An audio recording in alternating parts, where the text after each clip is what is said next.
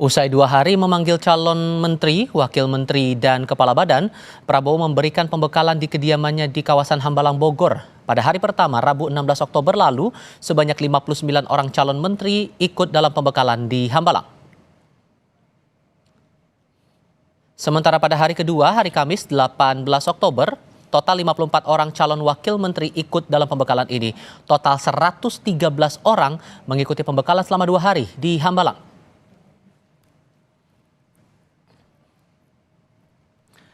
Pada Senin pekan ini, Prabowo memanggil 49 orang calon menteri ke rumahnya di Kertanegara, Jakarta Selatan. Melihat yang datang pada hari Senin, 23 diantaranya merupakan kader partai politik, sementara 26 lainnya bukan berasal dari partai politik. Kita lihat data lain untuk calon wakil menteri dan calon kepala badan yang dipanggil pada Selasa lalu. Dari 59 orang yang datang ke Kertanegara, 24 orang diantaranya berasal dari partai politik. Sementara 35 orang lainnya bukan dari kalangan partai politik. Meski beberapa diantaranya juga merupakan relawan.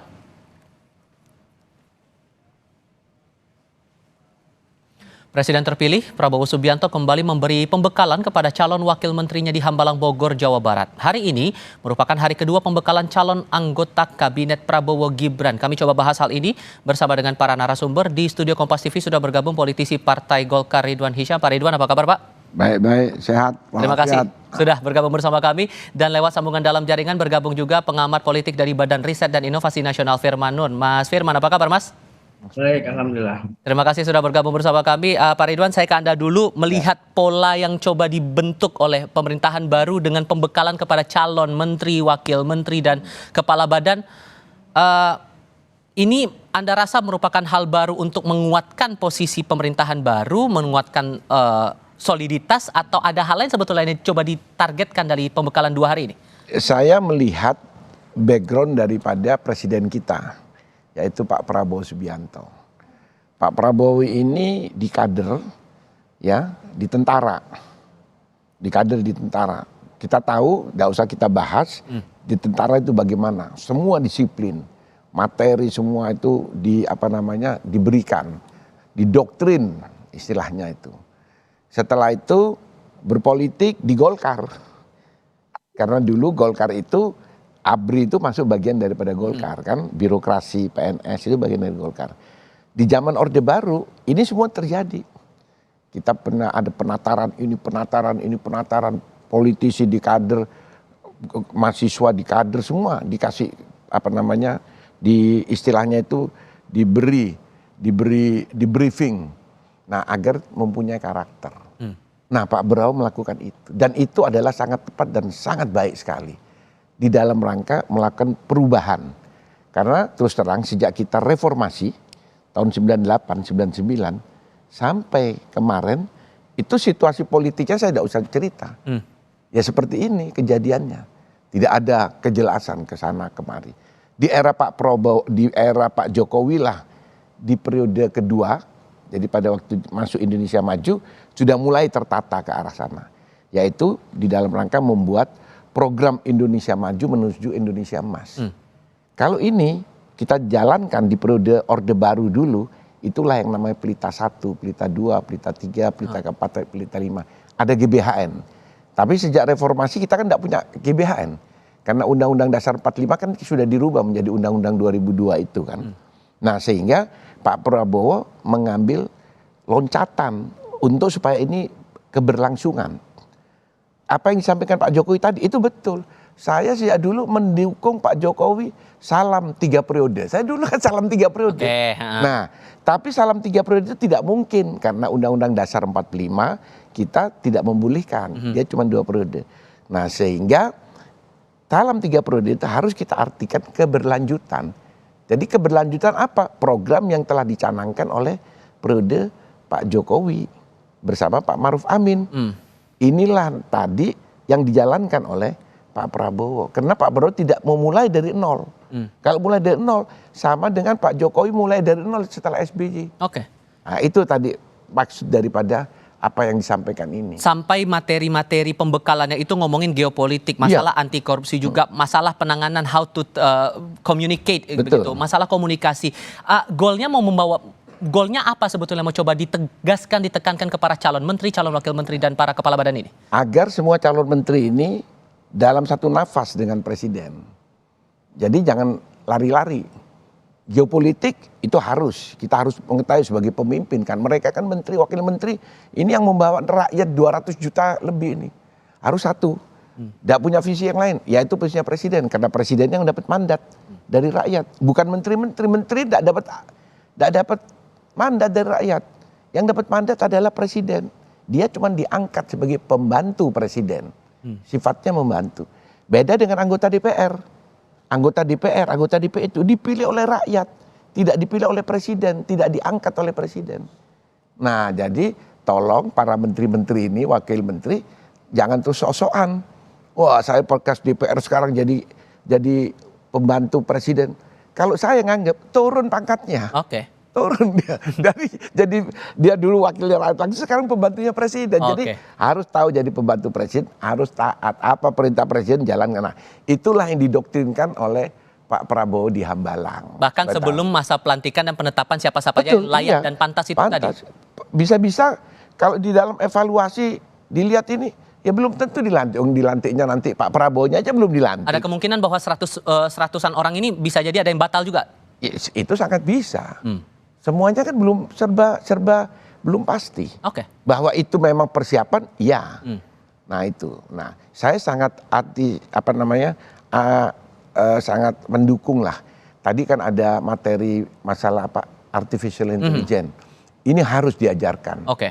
Karena kita masuk dalam era digitalisasi dan era ke depan secara global, kita tidak bisa lepas itu. Dan mereka yang istilahnya yang seumur-umur saya ini kan sudah tidak tahu masalah itu. Nah, tapi kan kita harus punya orang-orang ahli sehingga kita bisa tune in dengan kondisi saat ini. Oke. Mas Firman, ini upaya untuk biar para calon pejabat atau calon-calon orang-orang yang akan masuk di kabinet ini bisa tegak lurus pada arahan Prabowo dan Gibran di pemerintahan baru. Anda menangkap hal yang sama juga atau ada perspektif lain soal ini? Iya, saya kira memang arahnya ke sana ya, karena kita bisa lihat juga bahwa background dari calon menteri dan calon wakil menteri ini kan beragam. Dan tentu saja memiliki cara pandang yang juga beragam, punya visi misi yang juga ada kekhasan masing-masing. Nah, hal ini ingin diingatkan dan disatukan oleh Pak Prabowo agar di tengah keberagaman itu saya sebagai pemimpin pemerintahan ingin mengarah ke sini gitu, ke satu titik.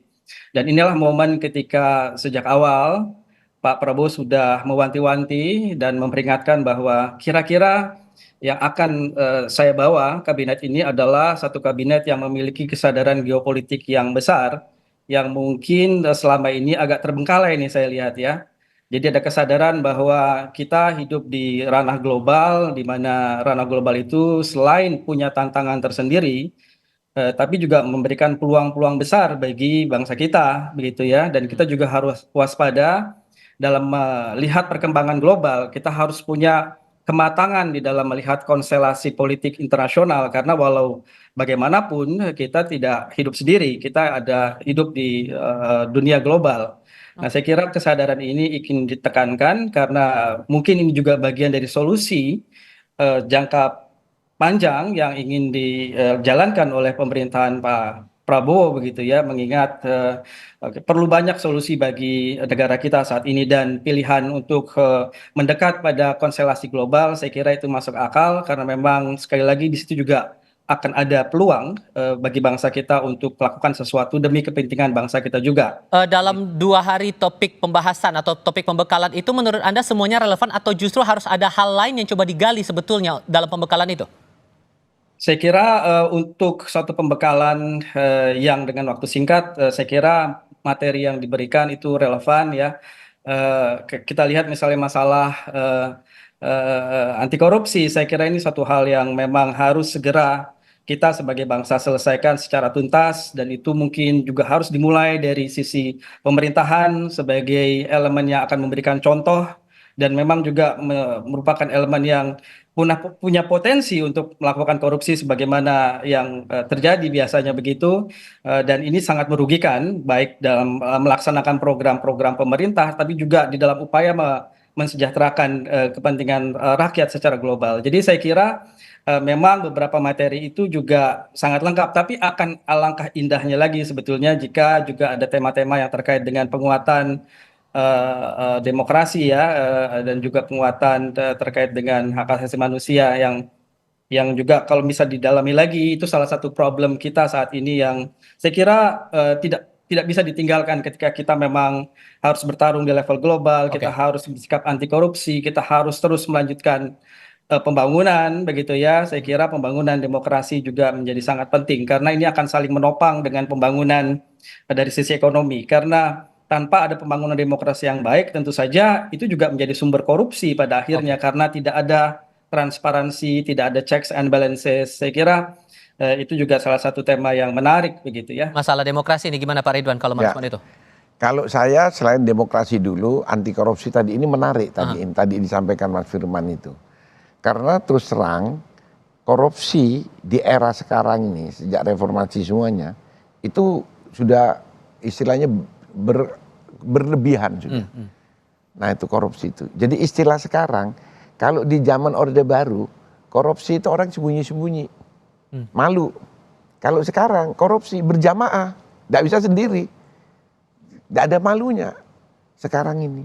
Nah itu harus di stop oleh Pak Prabowo. Yang bisa stop Pak Prabowo, yaitu dari apa? Dari Pak Prabowo mengetatkan semua ini tadi. Dan yang kedua alat penegak hukumnya. Apakah itu KPK, apakah itu Jaksa Agung dan lain-lain. Jadi bukan ini sebagai jargon. Anti korupsi baru jargon sampai sekarang. Oke. Saya juga lihat Pak Prabowo ya waktu kampanye kan juga anti korupsi. Tapi tolong jangan sampai cuman jadi jargon. Di zaman Pak Jokowi waktu kampanye di pertama sama anti korupsi. Tapi korupsinya tidak berubah, tambah besar lagi. Malah turun indeks persepsi korupsinya begitu. Korupsinya kan. Nah jadi janganlah korupsi itu karena rakyat tidak senang dikorupsi dijadikan cuma alat kampanye. Oke. Jadi harus ketat. Jadi jangan menterinya saja diberi ini ya, tapi masyarakat termasuk penegak hukum. Karena biasanya yang bermain itu adalah orang di luar. Oke. Diiming-imingi, akhirnya terjadilah korupsi. Pelakunya, pelaksana penegak hukumnya juga diiming-imingi. Nah inilah tadi. Nah kalau masalah persepsi demokrasi, saya kira kita ini sudah menjadi negara demokrasi yang hebat. Jadi kalau kita lihat negara demokrasi kita ini yang terbesar keberapa? Kedua. Amerika ya nomor 1, dia penduduknya 300 juta, kita penduduk demokrasi. Kedua kita ini. Oke. Cina itu tidak demokrasi, penduduk besar. Oke. Nah, tetapi yang harus kita sadari dan saya harapkan Pak Prabowo itu mengerti persis karena dia seorang apa namanya dididik di militer. Demokrasi yang diinginkan oleh pendiri bangsa ini adalah demokrasi Pancasila. Oke. Bukan demokrasi liberal yang sekarang terjadi di Indonesia. Demokrasi Pancasila, demokrasi gotong royong, yaitu demokrasi yang melalui proses musyawarah. Itu tidak dijalankan sekarang itu. Di balik dari pembekalan yang diberikan kali ini, hal menarik juga yang dicermati adalah masalah jumlah orang yang mengikuti pembekalan ini. 113 orang, Pak. 113, Jadi ya. makanya muncul persepsi bahwa pemerintahan baru nanti akan sangat besar. Oke, terlepas bahwa waktu itu Pak Prabowo juga sempat bilang ini negara besar makanya kita butuh kabinetnya juga besar begitu. Tapi apakah tidak berlebihan dengan 113 orang mendapat pembekalan yang kemudian diproyeksi untuk masuk ke pemerintahan baru? Ya. Sebanyak itu apakah akan jadi efektif efisien untuk pemerintahan baru ke depan? Tergantung Pak Prabowo. Semua tergantung pada pemimpinnya. Dalam hal ini Pak Prabowo dan Gibran. Dia efektif tidak efektif tergantung pemimpinnya. Dia bisa cuma 30-40, kalau pemimpinnya tidak bisa menjalankan ya tidak efektif juga. Dia besar kalau dia bisa jalankan, tapi kecenderungannya besar itu tidak efektif. Kecenderungan, tapi kalau dia bisa berubah, bisa efektif. Prinsip zakon kabinetnya nggak terpenuhi dong kalau gitu. Nah makanya saya bilang kan tadi, itulah yang namanya janji politik. Saya tidak mau bahwa anti korupsi itu adalah jargon politik. Nah penyusunan kabinet ini, tadi masyarakat yang bilang kan, mana dong zakon kabinetnya? Yang masuk para politisi, para tim sukses, relawan-relawan semua. Mana yang zakon kabinet? Kan gitu, itu jargon. Tetapi itu adalah konsekuensi daripada demokrasi liberal. Kenapa? Pak Prabowo tidak bisa menyingkirkan orang-orang yang berjuang bersama memenangkan dia. Orang-orang Zakon tadi tidak bekerja, tidak turun, dia ada di tempat-tempatnya. Terus bagaimana mau diajak memimpin? Dia tidak bekerja.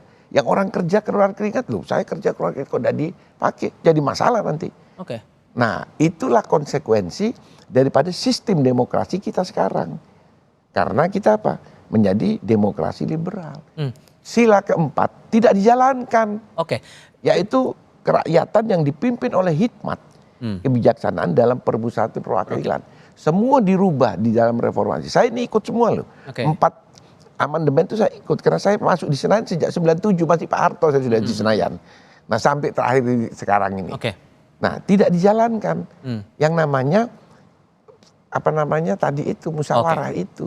Itulah penyebab daripada kenapa Pak Prabowo tidak bisa menghindar.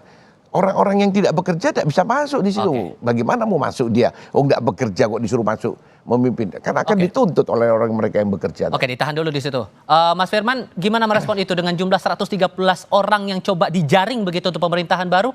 Prinsip Zakon kabinetnya terpenuhi atau tidak? Kalau dengan mendengar alasan dari Pak Ridwan tadi? Memang Zakon ini lebih menekankan pada aspek keahlian ya.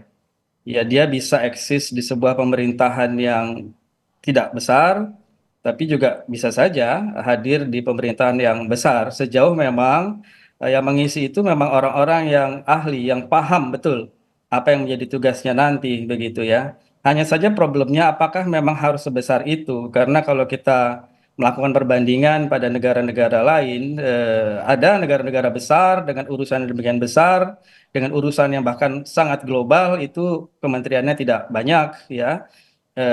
Hanya sepertiganya kalau kita ambil contoh Amerika Serikat misalnya, sepertiga dari apa yang mungkin akan nanti dibangun oleh Pak Prabowo gitu, yang sampai 40, dia mengatakan 46, 49 begitu ya. Saya kira ini sangat besar, dan karenanya memang potensi tadi untuk tidak efektif itu atau terjadinya tumpang tindih itu menjadi besar, dan yang sudah pasti kelihatan di depan mata adalah memang anggaran yang membengkak begitu ya.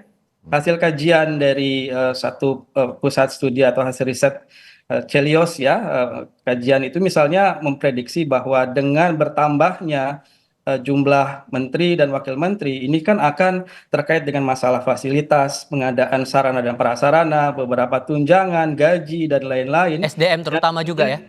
Betul, SDM, merekrut SDM, saya kira ini juga akan membawa dampak pada postur APBN kita yang menurut catatan lembaga riset tersebut itu bisa ada penambahan sekitar 1,95 triliun itu untuk konsekuensi dari penambahan menteri dan juga wakil menteri di situ. Hanya saja memang nuansa yang mau dibangun ini kan memang satu kompensasi politik ya dari sebuah komitmen untuk membangun kebersamaan, karena mungkin keyakinannya adalah semakin besar yang terlibat itu potensi semakin besarnya berhasil juga besar. Itu mungkin yang diyakini oleh Pak Prabowo begitu ya. Meskipun sekali lagi ini tergantung juga gaya leadership beliau dan juga komitmen dari para menteri untuk memang benar-benar bekerja demi kepentingan masyarakat banyak, bagi bangsa dan negara, bukan bagi kepentingan kelompok atau kepentingan pribadinya begitu. Nah, kita lihat apakah memang akhirnya hakikat Zakon, keahlian itu betul-betul terrefleksi atau tercermin dari kinerja yang nantinya dilakukan oleh para menteri-menteri, atau ini hanya sekedar jargon saja. Oke, singkat saja, apakah 113 ini Pak Ridwan akan kemungkinan berpotensi berkurang lagi? Ya, itu hak prerogatif presiden. Jadi saya tidak bisa mengatakan bahwa ini efektif atau tidak, karena itu hak prerogatif presiden. Tetapi sejarah pernah membuktikan, sejarah Indonesia, kita merdeka tahun 45, pernah yang namanya menteri sampai 100. Namanya kabinet 100 menteri di zaman Bung Karno. Cuma tidak sampai 1 bulan jatuh. Ya mungkin terus terjadi tidak kosinkronan. Masalah soliditas itulah yang jadi pertanyaan. Ya makanya tadi sudah dijelaskan oleh pakar kita kan. Kalau saya kan bukan pakar, saya ini kan politisi, praktisi kan. Jadi saya cuma bisa menyatakan fakta-fakta. Faktanya ada kabinet 100 menterinya Bung Karno jatuh. Karena tadi macam-macam kita lihat di sejarah dia. Nah, mudah-mudahan dengan gaya kepemimpinannya Pak Prabowo bisa mengendalikan. Tapi saya juga khawatir Jangan-jangan nanti Pak Prabowo tidak mikir yang macam-macam, dia memikirkan para menterinya sendiri. Oke. Ada lari sana, lari sini, kamu Oke. gini. Akhirnya tidak kerja dia. Bagaimana mau ke depan? Nah itu Oke. salah satu tantangan. Yang menarik adalah apakah 113 ini tetap fix semuanya akan dipertahankan sampai Ya. pemerintahan nanti dieksekusi, dan nama kementeriannya seperti apa dan tugas-tugasnya seperti apa. Karena kan yang sekarang beredar juga jumlah kementerian masih beredar simpang Ya. 40 sampai 48 dan sebagainya. Ini masih butuh kepastian lagi. Iya. Pak Ridwan, terima Ya. kasih banyak sudah berdialog bersama kami. Mas Firman juga terima kasih sudah bergabung lewat sambungan dalam jaringan bersama kami. Sehat selalu semuanya.